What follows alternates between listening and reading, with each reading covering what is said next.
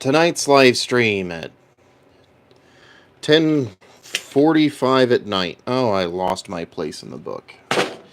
Alright, so tonight's live stream. Hopefully I can make a video out of this. I don't know. Maybe it'll record or something. Either way, tonight's live stream. Doing something a little different today. Let me explain. As you may be aware, my live stream, my computer went bad, so I have to use the cell phone to do the live streaming type stuff. So, I'm trying to come up with ways to rebuild the live streaming system, as you know, to basically rebuild the live streaming system so I can bring it back to what it was, multiple view angles, multiple cameras, that kind of stuff. What I have is a bunch of USB cameras. I have the Elgato USB cameras, and they're good cameras for sure. They're better than your average USB camera. The data stream is a lot higher. The picture quality is better. I have both the 1080 and the 4K 60 frame cameras, but I have one problem, right? So either I have to build some crazy fancy computer with a lot of hardware to capture these cameras and power these cameras, because they're actually fairly hardware intensive. Of course, I didn't read the manual until after the computer blew up, but it says right in the manual, on the front page of the manual for the Facecam Pro, that you're not supposed to use a USB hub. Something that I absolutely was doing. And that you are supposed to use, what is it? 15 watt, no. There's so many wattage that they want you to use for the camera. So it draws so many amps. You're not supposed to use a USB hub, which means if you're plugging it directly into your computer, if it's the only camera that's plugged into that particular USB chipset, and I say USB chipset because multiple ports of the USB on your computer are tied to one chipset. One chipset will run multiple ports, but you may have 2 to 4 chipsets on your computer, depending on how fancy your computer is. So all that being said, if you have just that camera plugged into one chipset, you're probably fine. But once you start adding multiple cameras, these things are really hardware intensive, and it turns out they'll start shorting stuff out. Like they'll destroy hardware because they'll just draw too much energy. And then they say you can't use the advantage to a USB hub if you could use a USB hub, and I don't know why you can't, so I'm just going on the fact they say you can't. The advantage to a USB hub is that you can get this one is powered. In other words, it takes its own power brick on this side, right? So it takes its own power brick, and then it powers the device, and then sends the talking stuff down to your computer, right? So you would think this would be the better solution, but according to Elgato, it's not. And I definitely ended up with damage, so I guess I'm just going to go with that. So what I'm doing right now is trying to see, all right, problem. I want to do a live stream system that is independent of the computer that I need to build for editing and workstation stuff. Probably going to use like an A10 Mini or whatever I come up with to do that. But all of the video switchers use HDMI, and all my cameras are USB.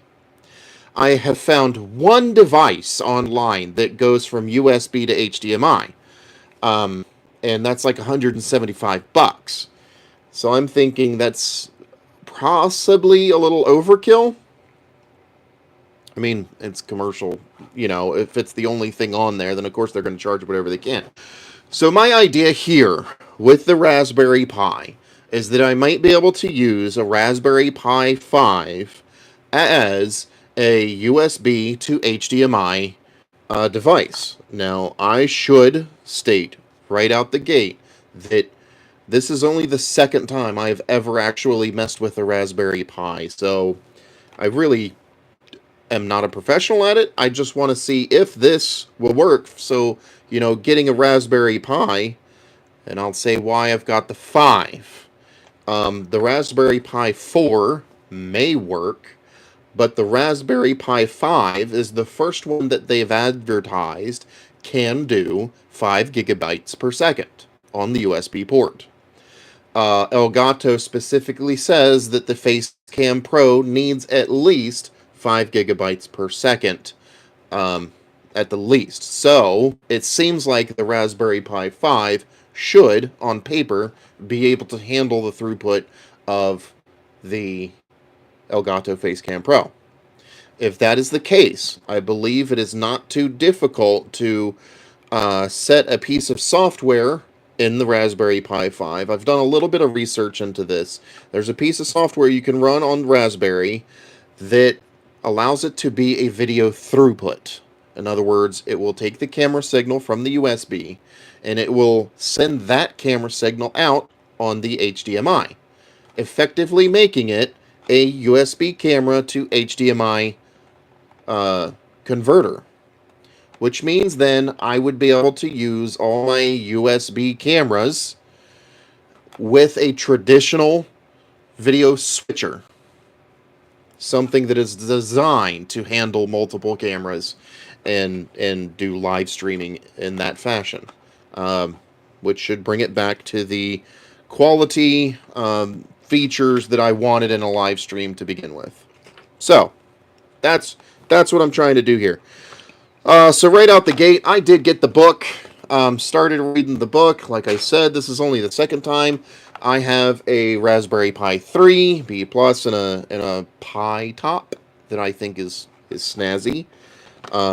I've done two things with that. I created a basic Pi Top workstation, and I created a what do they call that? The game RetroPie. That's what it is. I made a RetroPie out of it. So, I mean, I'm not completely inexperienced here, but I'm not a professional by any shape of the imagination. So, if that's what you're expecting, I apologize. This is me trying to learn and see if we can't make this work. Because if we can, it'll be a cheaper option to accomplish a fantastic goal. And let's be honest, this thing is actually overkill when it comes to what I'm trying to do. The Raspberry Pi 5 is overkill for what we're trying to do. Just an HDMI converter. It is capable of far more than that. However, it is the, I guess, least expensive device I found that'll do 5 gigabytes per second on a USB port. The wattage, I did not mention that. The wattage should be okay. I used a power monitoring device to measure that the camera takes 0.7 amps. And according to everything I could find, the Raspberry Pi 5, as long as you have the appropriate power supply for the Raspberry Pi 5, can do 1.25 amps on the USB hub. So, it should be okay. Right, so there's some assembly required here. I went ahead, when I got this thing, I went ahead and ordered the recommended kit. Right? What are we talking about here? Hi, Nathan, Jack. We're talking about using a Raspberry Pi 5 to basically be a USB camera to HDMI converter. Right. So, some assembly required. This is the kit. If you go to order yourself a Raspberry Pi 5, I got it from Pi Shop.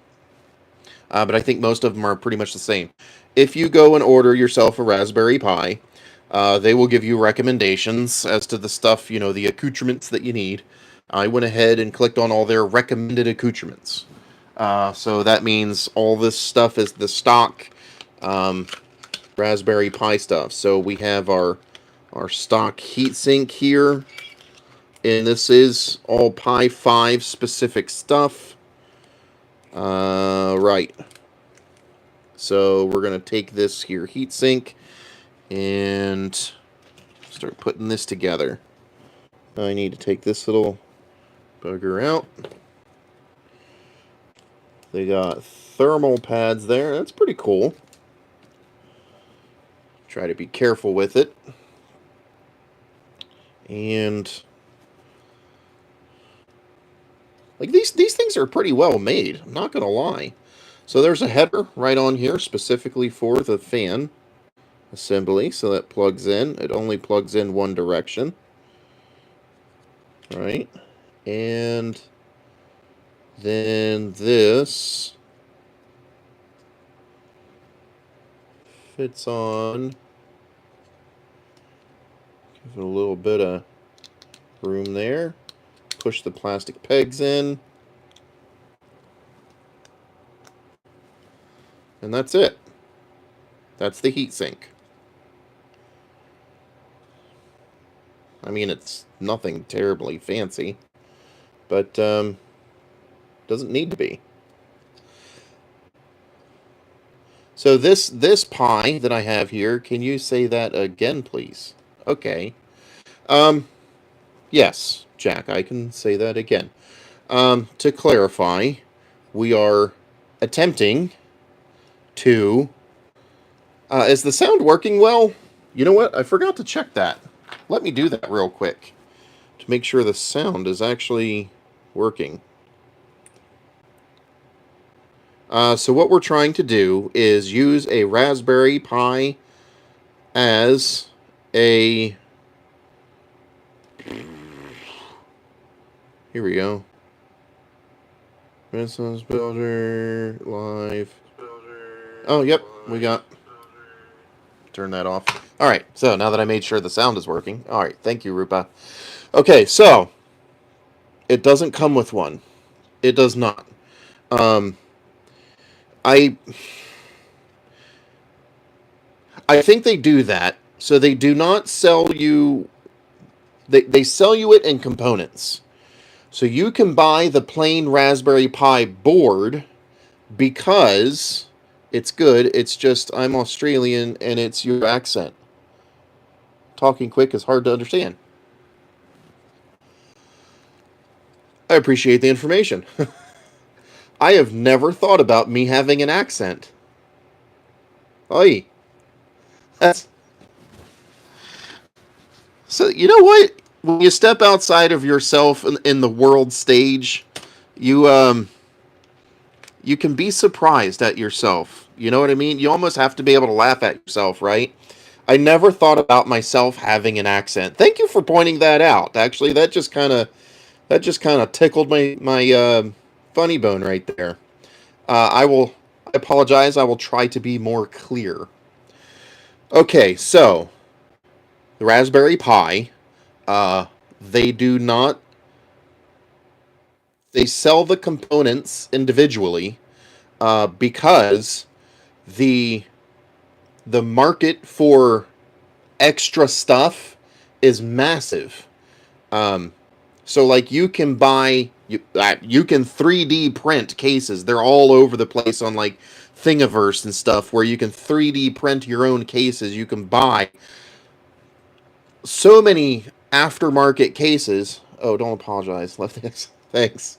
You can buy so many unique things for the Raspberry Pi. It has a huge aftermarket support. So what they do is they sell you just the board and then their recommended stuff. You can 100% go out there and say you see a different cooling mechanism that you like better. Say you find a water cooler, a liquid cooler. I'm sure they make one for the Raspberry Pi. You know, so you can...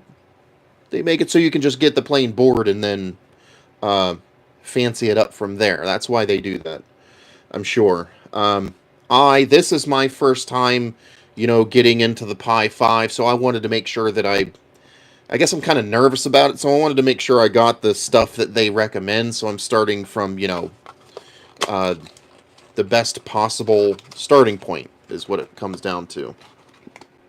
All right.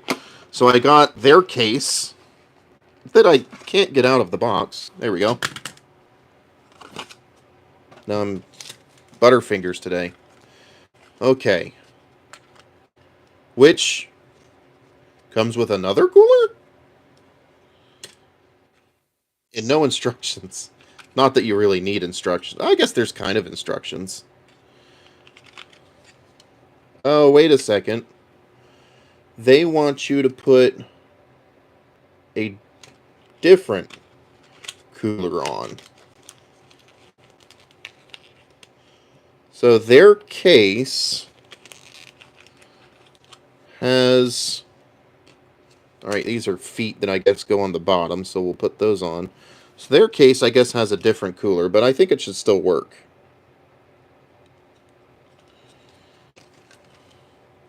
Nice little rubber feet.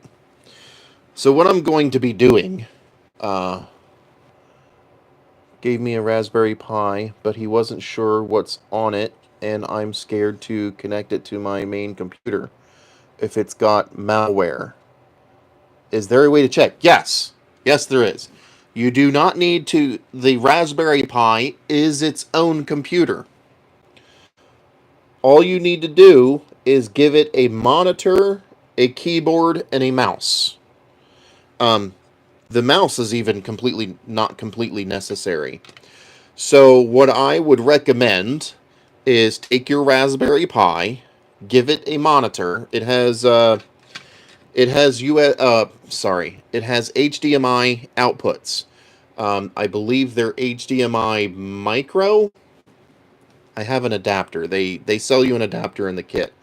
So you have to get an adapter to go from HDMI micro or mini. It's either mini or micro to normal HDMI, and then you can just plug it into a regular monitor. Sorry, I'm getting a little fast. So you can just plug the Raspberry Pi into a regular monitor. You can plug your keyboard right into the USB and mouse, and then power it with, I believe, a 50 watt, 27 watt power brick on the USB-C, and it is its own computer. So then you can see what's on the device before you plug it into anything else. 100%. You don't even need to plug it into the network. Like, if you're afraid of it, don't give it a network. Just see what's on it and go from there. But yeah, good question for sure. But it's nothing to be scared of. And I'll show you, which you may be more familiar with these things than I am. You may not. I don't know. There is a memory card that... There we go. There's a memory card, an SD card, that goes on the back of the Raspberry Pi. They all have it. That's what holds the program. Can we send you parts from wherever we are in the world to help you build your projects? I thought that would be cool. Thanks for answering the question. I've never set anything up for people to send stuff in. I mean, I'm not opposed to it, but I don't have any, like, P.O. box or anything for... And I'm definitely not going to give out my personal address on the interwebs. Maybe I should look into that. Setting up, like, a P.O. box type stuff. It's a very thoughtful question, Nathan. Thank you. Yeah, that was a very thoughtful question. Thank you for that. Ooh, do they give us screws? Oh, I apologize. What I was saying, there's an SD card on the back. That's where the entire program is. Like, the hard drive for the Raspberry Pi is in that SD card. So you should be able to, assuming you have a plain Raspberry Pi, you can put in a different SD card and run whatever you want on it. There is a way to program it. You go to... man, I think it's... Pi OS. I think if you Google Pi OS, then it may take you through a few different links because I don't have it right off the top of my head. But there is a way to download.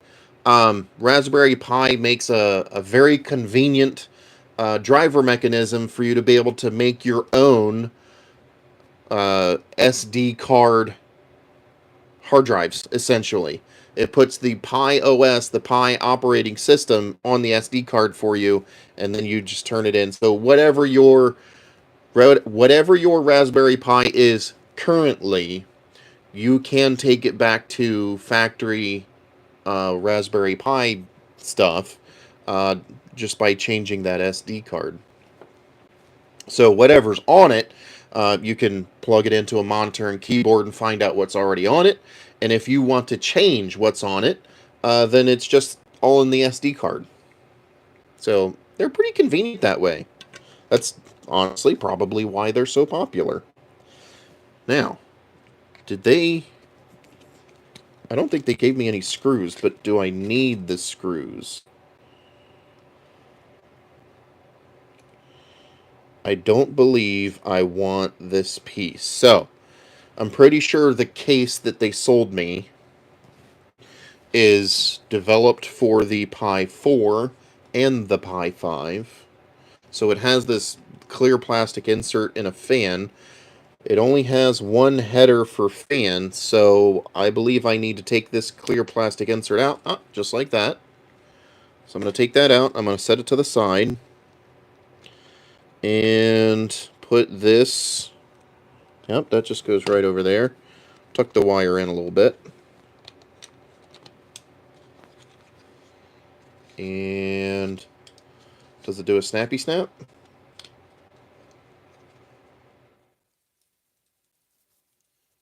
Seems to be holding pretty good, I guess. And then this just goes right on top. Ta-da! Okay. Now we have a Pi in a case. I thought it would be cool because then you can make things, put things together, great skill with an online community. No, it is cool, and I am going to look into that. I do have a, oh jeez, sorry, I can't think very clearly. I do have a, what is that called? It's a, oh, it's that website where you can subscribe to things. Patreon, Jesus. That was a brain fart. I do have a Patreon, the Renaissance Builder. Yeah, thanks, babe. That is in there. I have been unsure how to run the Patreon because I really need to get this whole channel thing. This is the direction I'm trying to take.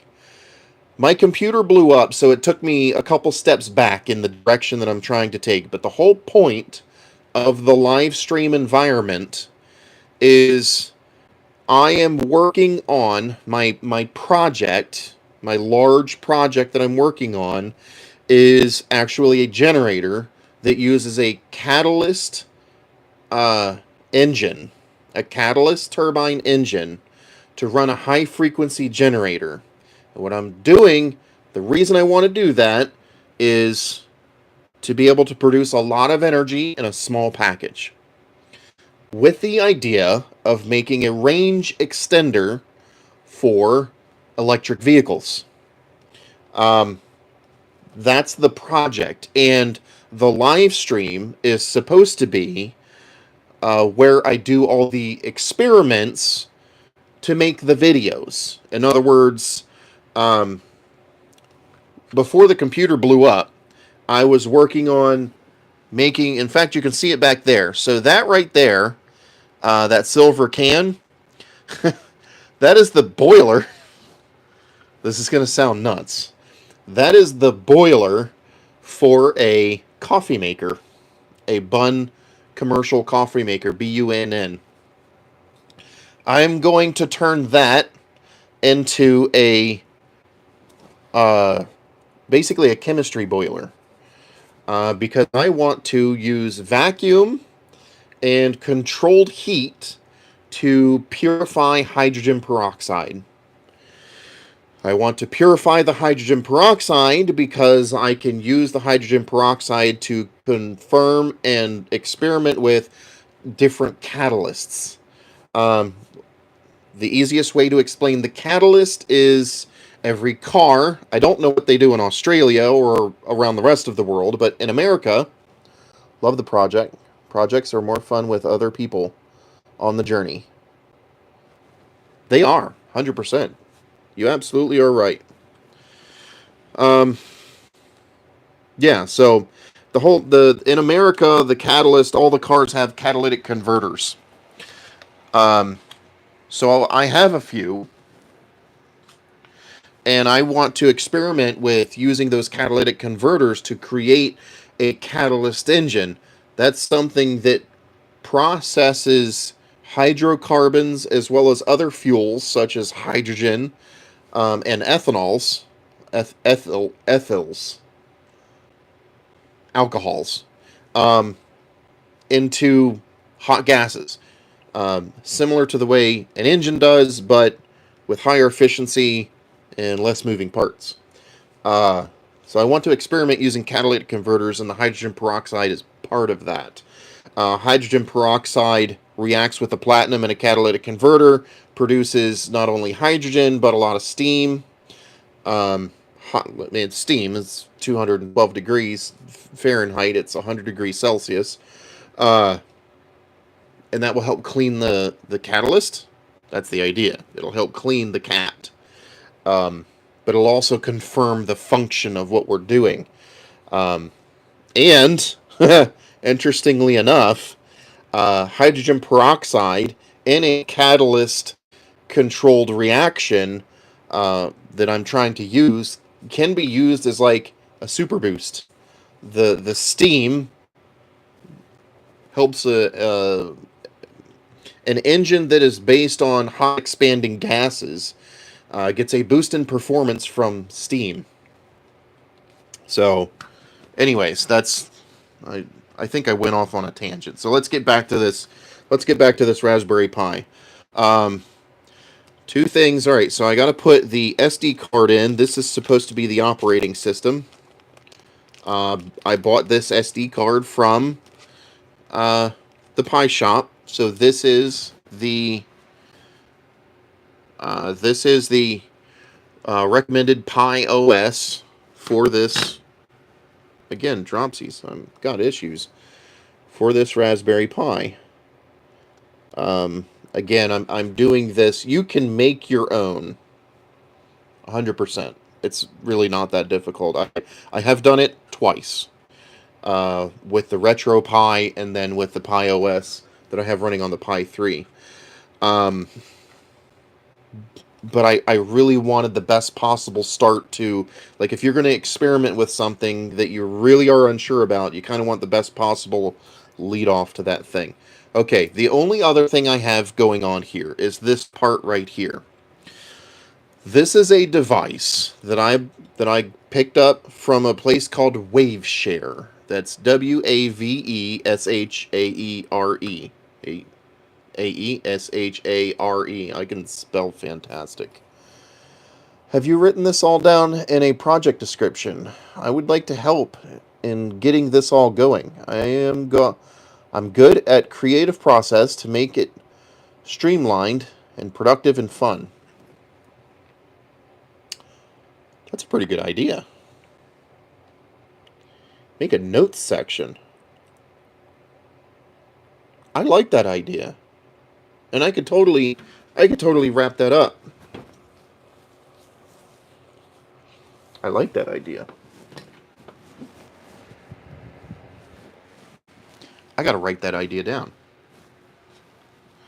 As soon as I have something to write it down in. Where's a pen? I know I have a pen in here somewhere. Ah! We're gonna do this real redneck style. On the whiteboard. All right, Nathan. I like that idea. So I'm going to write it down.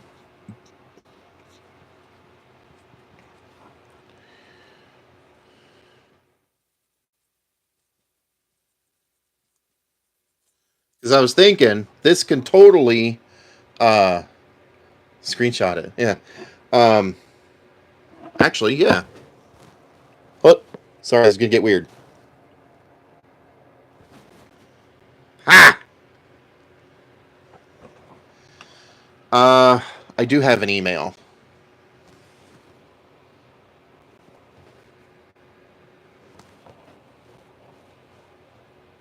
I should probably make like it. No, it is the email I use for my official email. Is there anything wrong with sharing an email? You got to be really careful with these things online. For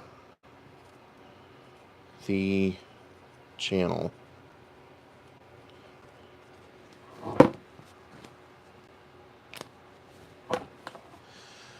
I think I better create a more official email just for the channel. I think that's probably the best idea. Yeah. Yes. Thanks, Nathan. Your comment literally came through just after I said that, because the internet takes time. Yes, I think I should definitely create an email specifically for the channel.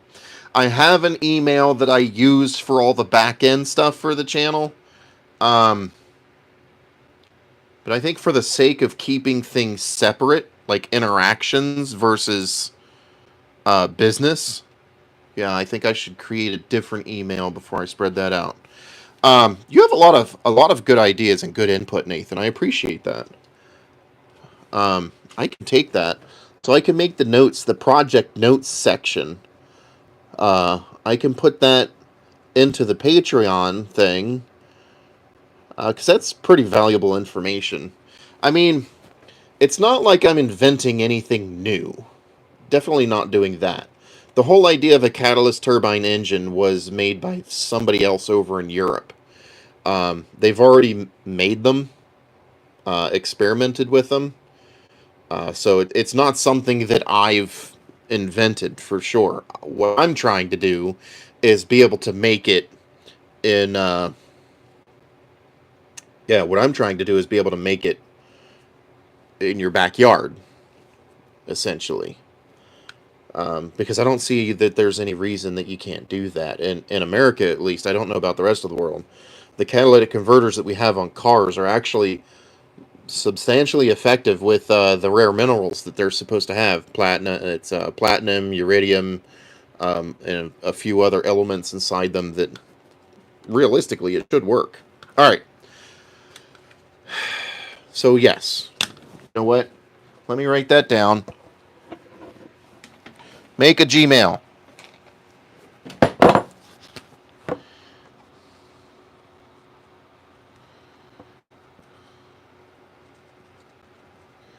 Gmail. Yeah, I gotta put this on stuff. That is a good idea. P.O. boxes are a little expensive, so I may not get into that right out the gate. Doing things better. It's not about making new things, it's about doing things better. I'm not sure if I can do it better. Well, not better. That is relative. I feel like better in that word is in that sentence is very relative. I cannot make something better than what they already made, in the sense of I'm not going to make something that works better than they made. But in the sense that I can make something that everybody else is able to do. Because, I mean, the idea is that if I can make this, anybody can make this. So in the sense that, assuming it's more efficient, then it certainly is better than existing possibilities, for sure. Yeah. Oh, the other side is, if I can make this totally bypasses the restrictions that everybody has on. Uh, so in the United States, you got states like California. California has outlawed all small engine combustion engine stuff because they want to go green energy and all that kind of stuff. But that means you can't run a generator, which is the most counterintuitive idea I've ever heard. But anyways, this engine isn't combustion.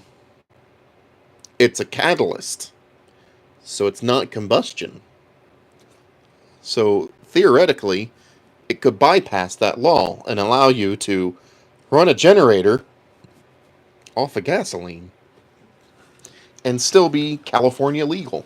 Ah, wouldn't that be something? All right, so over here, I have a little workstation set up over here that I'm going to start experimenting. Oh, I don't think I described what this is. I think I got totally sidetracked. What is your Patreon channel so I can go find the Gmail? Patreon. It's the Renaissance Builder on Patreon. It's not completely, yeah, better is relative. But I'd suggest you not put your potential in a box of limitations. We believe in you. It's just something I say to myself. I can do this better. I can be anything. I like where your mind's at, Nathan. You seem like a really good person. You really do. In fact, that's how this entire thing got started. So I've been on the YouTubes for 4 or 5 years now. And it got started because I watched the King of Random make a welder out of a transformer, a microwave transformer. And I've been welding since I was 8 years old. My dad owned a welding fab shop. So welding to me is something that is familiar to me. So when I saw the King of Random make a welder out of a microwave transformer, I went, huh, that's interesting. But I'm also somewhat familiar with electronics. So I saw his thing and I went, I can do that better. I totally did. And you can ask my wife. She might still be watching. Rupali Harvey is my wife. God bless her soul. If she's still watching, she can confirm. That's how this whole thing got started. And I literally looked at her and said, I can do that better. And why not film it? Ask me how far I've gotten on that welder.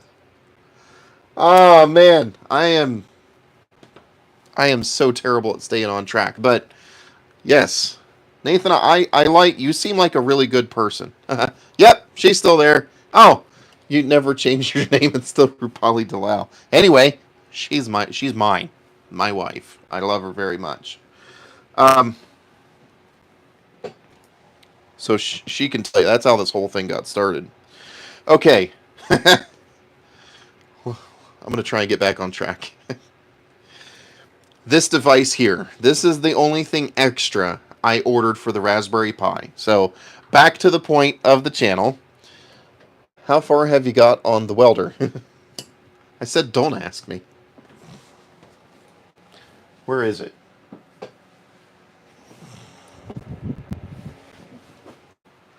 I think I have it sitting on the shelf over there. I have a video. I made the transformer. And it... Don't apologize. I was being funny. Sorry. Humor does not translate across nations. I was being funny. I said don't ask me because I was joking in the sense that I haven't gotten as far as I should have. My wife literally just told me today. She's like, you don't stick with the things you do. Fair enough. I do have a video on the series. On if you look at my videos, I do have a video I made of the welder. It's in its first stage. So I have 3 stages that I want to do with the welder. Um, the first stage I accomplished. We took a microwave transformer and we rewrapped it with 8 gauge wire, and I got it to weld 100%. Did a video on it. If it can be measured, progress is the yes. So it did work. It does work. The next step, but it doesn't work well, and for several reasons. There's a lot of AC ripple in the line that it produces, in the voltage that it produces. That's a result of the 400 amp rectifier block that I bought for that. So I got a 400 amp rectifier block off of, I think it was AliExpress or something like that. So it's a full wave rectifier in just a single package, and I said, hey, that'll work. But the forward biased voltage for the diodes is like several volts, so it's so high that the signal is very ripply, and you can feel that while you're welding with a stick welder. It's supposed to be DC. I know there is AC stick welding, and we did try that. It did work with that as well, but the DC side, it still had a lot of ripple in it. So that wasn't great. And the other thing I noticed is that the open circuit voltage was good, but the closed or shorted, because it's a welder, so you're basically running, your load is next to zero resistance. So your shorted voltage, in this case of welding, was only like 22 volts, 21, 22 volts, which is not enough to maintain the arc very well. You want at least 30 to 33 volts, like 30 to 35 volts is your range to maintain a good arc for welding. The interesting part is, whilst the voltage did drag down to like 22, the amperage was like 180 amps.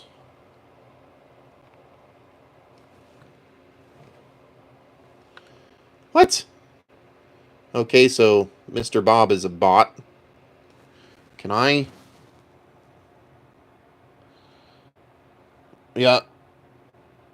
We're gonna hold on a second. I'm gonna take care of that unwanted.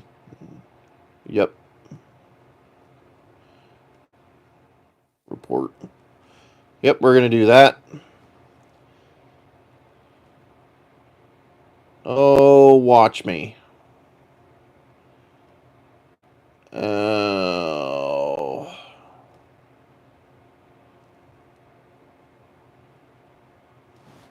Ta-da! Yeah.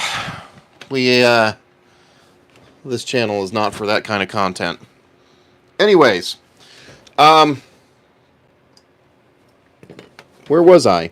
Yes. So the voltage, the transformer. Okay, yeah, I had more amps than I needed, and I had less voltage than I needed, which, if I put just a bit more... Oh, no. We got another one.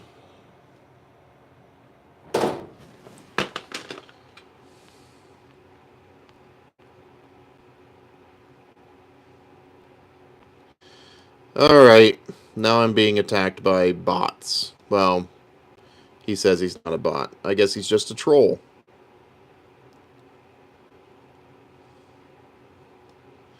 If this keeps up, I'm just going to have to stop the live stream. Let's see how that goes. Yeah. I appreciate that, Nathan, but, I never had that problem before. I guess I might need to set up some moderators to deal with that kind of stuff if that's going to keep happening. Anyways, the welder. So, with the amperage being too high and the voltage being too low, if I add resistance...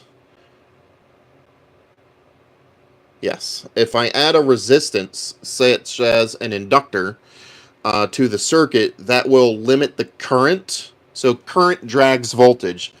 So adding an inductor that creates just enough resistance will bring the current down and should raise the voltage. So that should help. So the second iteration of the welder, the first iteration does work. I have a video about it. The second iteration is going to involve a capacitor to take out the AC ripple, an inductor to bring down the amps and help keep the voltage higher, as well as a high voltage starting circuit.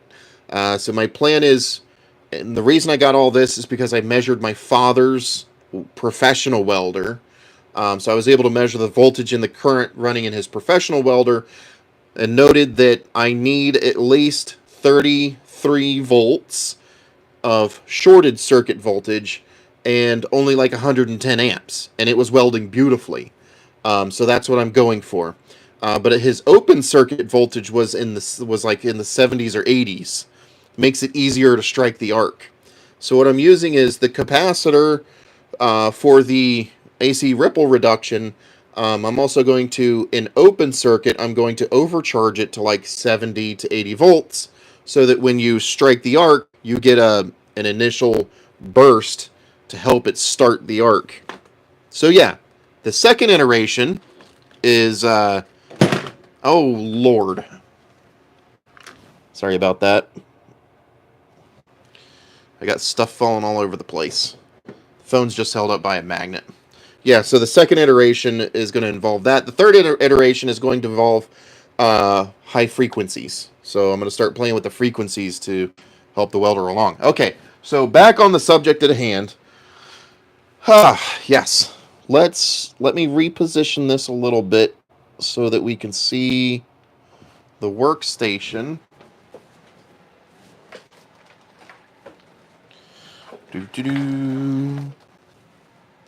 Well, that should help. All right. So at this point, I'm going to plug in the... This project actually has ripple effects to create so many cool things. Interested, excited. Oh, thank you, Nathan. Thank you for your kind words and your ideas. Very helpful. Okay. At this point now, I'm going to plug in the Pi in its base form. And there's a startup procedure. And I'm going to have to walk through this. I may not get it right. And I may have to go back offline. We've been on for about 48 minutes. So you start it up in your base form, and then there's certain steps you're supposed to take as far as software goes to give it updates and all that kind of stuff. And we're going to walk through it together, I guess. Okay, so I will give it the keyboard. Now I'm going to give it a mouse. Ooh, those are tight. That's what she said. All right, now we're going to give it internet.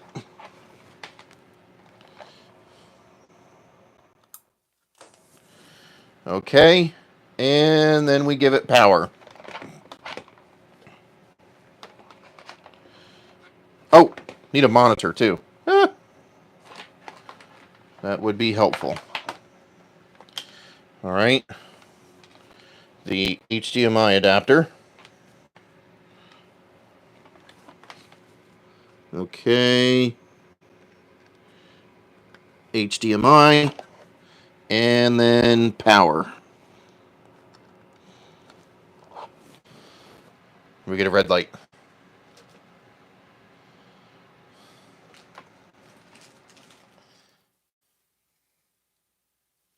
Oh, they included a power button in the case. That's nice. HDMI, powered by Raspberry Pi OS. Empty box. Empty box. Turn on my mouse.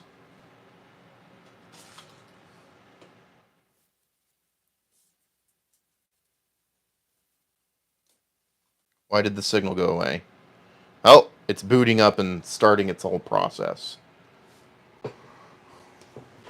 Oh, good God.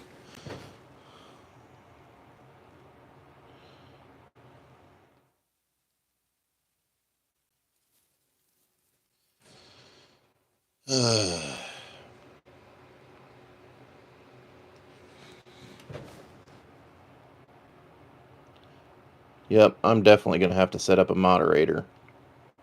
Wait a second. Why is this? This should be automatically moderated.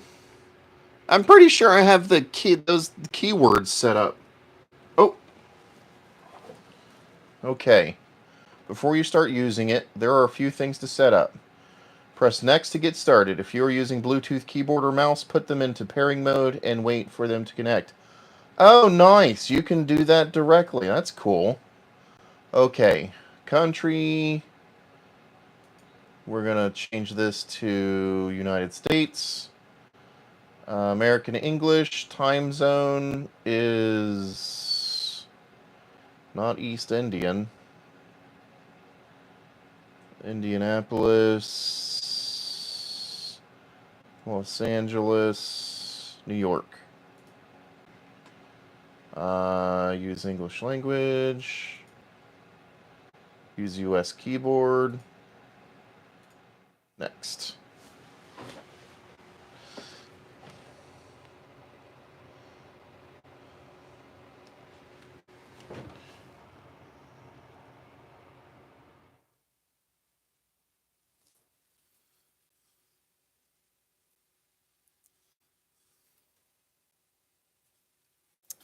Yes. Okay.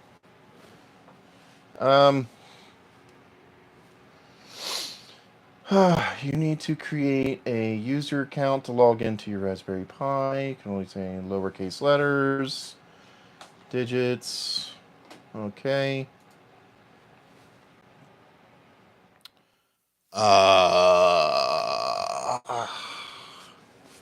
Pi 5 and hyphens. 1.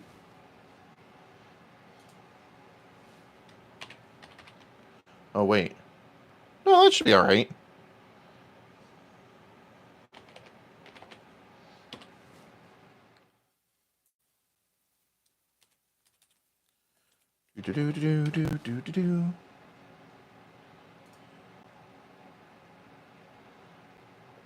Press next to skip. I don't need Wi-Fi, so skip. We're going to go with Firefox.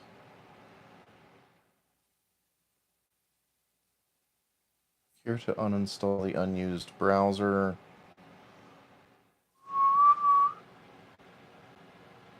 Nah, for now we'll leave it. Run. Update software. Will now be checked. Update if necessary. This may involve large download.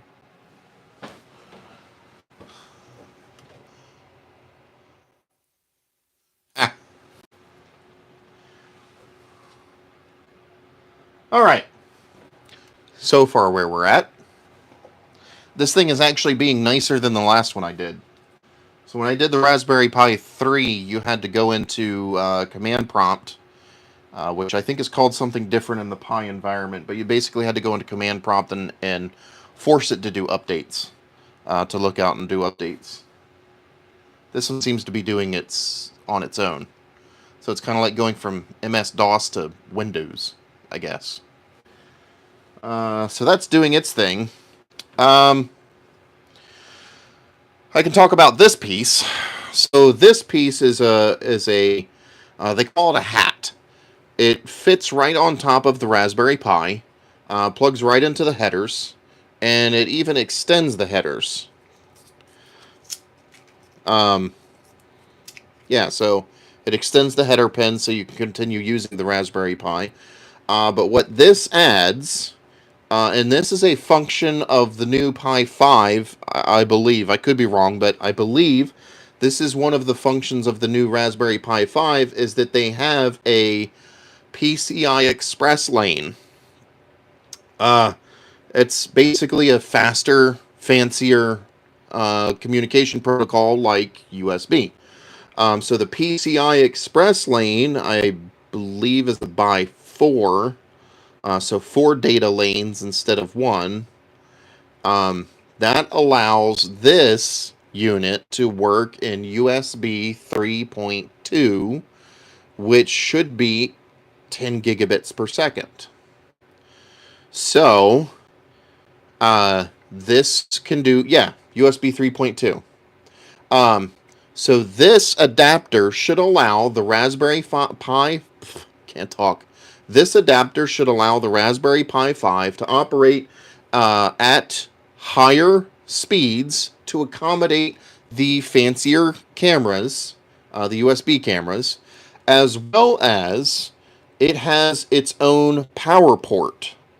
So theoretically, I should be able to use this, because it's a PCIe adapter, not a USB hub. Theoretically, this should allow me to power and communicate with the camera aside from the Raspberry Pi. So the Pi doesn't need, and I don't know if this is necessary or not. Wow, it's still updating. That might take a bit. So we don't know 100% if this is necessary or not. But this should theoretically allow the Raspberry Pi 5 to use 3.2, which is 10 gigabits per second, and power the camera. That's if it can't do it itself. All right, so we're almost at an hour on the live stream, and had a lot of fun. Nathan, I would like to say, I don't know if you're still watching. It says the watch count is 0. Nathan, I would like to say thank you very much for getting on the stream. It was a pleasure to meet you. Genuinely was. You seem like a very good individual. You seem like a wholesome individual. And you gave me a couple suggestions that I think are good. I'm gonna try and implement those suggestions.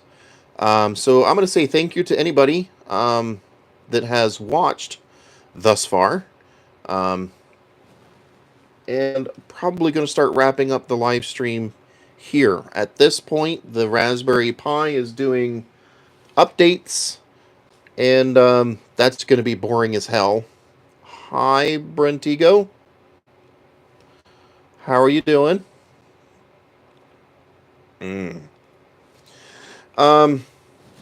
Yeah, so the Raspberry Pi is going to be doing its updates for a while, and that's just boring. Nobody wants to watch that. And everything else is kind of a waiting game. So we've been on for almost an hour, and I think this is a good point to start wrapping up the live stream. So Brentigo, thank you for hopping on. I apologize that you kind of got on at the very last second. But yeah, that's where we're at. So I'm going to try turning this into a video. If this whole Pi thing works, I'm going to try turning it into a video, because if it works, I think this could be something useful.